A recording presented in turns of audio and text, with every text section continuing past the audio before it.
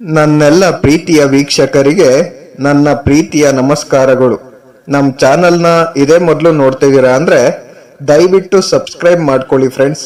ಮುಂಚೆಯಿಂದ ನೋಡ್ತಾ ಇದ್ದೀರಾ, ಇನ್ನೂ ಸಬ್ಸ್ಕ್ರೈಬ್ ಮಾಡ್ಕೊಂಡಿಲ್ಲ ಅಂದ್ರೆ ದಯವಿಟ್ಟು ಸಬ್ಸ್ಕ್ರೈಬ್ ಮಾಡ್ಕೊಳ್ಳಿ ಫ್ರೆಂಡ್ಸ್, ಸಪೋರ್ಟ್ ಮಾಡಿ. ಆಚಾರ್ಯ ಚಾಣಕ್ಯರ ನೀತಿಗಳು ಜೀವನದ ಸತ್ಯವನ್ನು ಹೇಳುತ್ತವೆ. ಅದಕ್ಕಾಗಿಯೇ ಅವು ಜನರಿಗೆ ಕಠಿಣವಾಗಿ ಕಾಣುತ್ತವೆ. ಅವರು ಸೂಚಿಸಿದ ಪರಿಹಾರಗಳು ಜೀವನದ ಪ್ರತಿ ಪರೀಕ್ಷೆಯಲ್ಲಿ ನಿಮಗೆ ಸಹಾಯ ಮಾಡುತ್ತವೆ. ಚಾಣಕ್ಯರ ಪ್ರಕಾರ ಈ 4 ವ್ಯಕ್ತಿಗಳ ಜೊತೆ ಜೀವನದಲ್ಲಿ ಎಂದಿಗೂ ಜಗಳವಾಡಬಾರದು. ಇದರಿಂದ ನಾವು ಜೀವನವಿಡೀ ಪಶ್ಚಾತ್ತಾಪ ಪಡಬೇಕಾಗುತ್ತದೆ. ಆಚಾರ್ಯ ಚಾಣಕ್ಯರು ತಮ್ಮ ನೀತಿಯಲ್ಲಿ ರಾಜಕೀಯ ಮತ್ತು ಆರ್ಥಿಕ ಸಮಸ್ಯೆಗಳ ಜೊತೆಗೆ ಜೀವನಕ್ಕೆ ಸಂಬಂಧಿಸಿದ ಸಮಸ್ಯೆಗಳ ಬಗ್ಗೆ ಹಾಗೂ ಅದಕ್ಕೆ ಪರಿಹಾರವನ್ನು ತಿಳಿಸಿದ್ದಾರೆ. ಪ್ರತಿಯೊಬ್ಬ ವ್ಯಕ್ತಿಯು ತನ್ನ ನೀತಿಗಳ ಬಗ್ಗೆ ವಿಭಿನ್ನ ಆಲೋಚನೆಗಳು ಮತ್ತು ಅಂಶಗಳನ್ನು ಹೊಂದಿರುತ್ತಾನೆ. ಆಚಾರ್ಯ ಚಾಣಕ್ಯರ ನೀತಿಗಳು ಜೀವನದ ಸತ್ಯವನ್ನು ಹೇಳುತ್ತವೆ. ಅದಕ್ಕಾಗಿಯೇ ಅವು ಜನರಿಗೆ ಕಠೋರವಾಗಿ ಕಾಣುತ್ತವೆ. ಅವರು ಸೂಚಿಸಿದ ಪರಿಹಾರಗಳು ಜೀವನದ ಪ್ರತಿ ಪರೀಕ್ಷೆಯಲ್ಲಿ ನಿಮಗೆ ಸಹಾಯ ಮಾಡುತ್ತವೆ. ಇಂದು ನಾವು ಚಾಣಕ್ಯರ ನೀತಿಯಲ್ಲಿ ಉಲ್ಲೇಖಿಸಲಾದ ಒಂದು ಅಂಶದ ಬಗ್ಗೆ ಹೇಳಲಿದ್ದೇವೆ. ಚಾಣಕ್ಯರ ಪ್ರಕಾರ ನಾವು ಜೀವನದಲ್ಲಿ ಎಂದಿಗೂ ಈ 4 ವ್ಯಕ್ತಿಗಳ ಜೊತೆ ಜಗಳವಾಡಬಾರದು. ಇದರಿಂದ ತೊಂದರೆ ಖಚಿತ. ಅದರಲ್ಲಿ ಮೊದಲನೆಯದು ಕುಟುಂಬದವರು. ಆಚಾರ್ಯ ಚಾಣಕ್ಯರ ಪ್ರಕಾರ ಪ್ರತಿಯೊಬ್ಬ ವ್ಯಕ್ತಿಯ ಜೀವನದ ಅಡಿಪಾಯ ಅವನ ಕುಟುಂಬ. ಅಂತಹ ಪರಿಸ್ಥಿತಿಯಲ್ಲಿ ಅವರೊಂದಿಗೆ ವಾದ ಜಗಳ ಮಾಡುವುದರಿಂದ ವ್ಯಕ್ತಿಯು ತನ್ನ ಜೀವನದುದ್ದಕ್ಕೂ ವಿಷಾದಿಸಬಹುದು. ಒಳ್ಳೆಯ ಮತ್ತು ಕೆಟ್ಟ ನಡುವಿನ ವ್ಯತ್ಯಾಸವನ್ನು ಹೇಳುವವರು ಕುಟುಂಬದ ಸದಸ್ಯರು.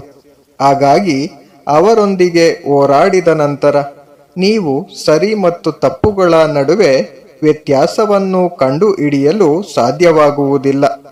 ಮನೆಯವರನ್ನು ದೂರ ಮಾಡಿಕೊಂಡು ಬದುಕಲು ನಿಮ್ಮಿಂದ ಸಾಧ್ಯವಿಲ್ಲ.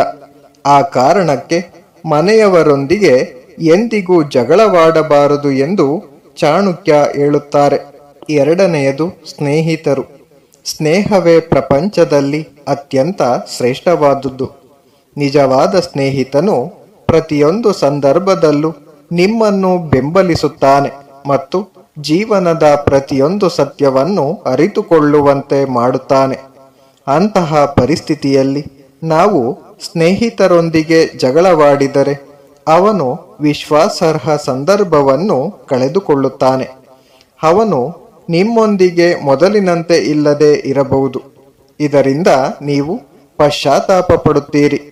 3 ಗುರುಗಳು. ಶಿಕ್ಷಕರು.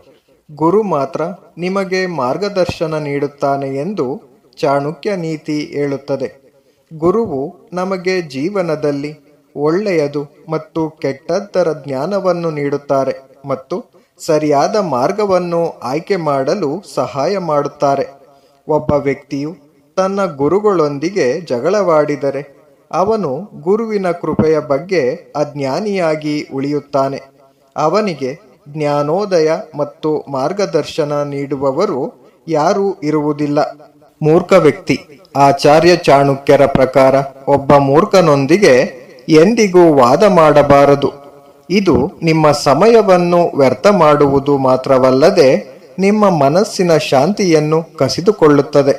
ಅಂತಹ ವ್ಯಕ್ತಿಯನ್ನು ಅರ್ಥ ಮಾಡಿಕೊಳ್ಳುವುದು ವ್ಯರ್ಥ.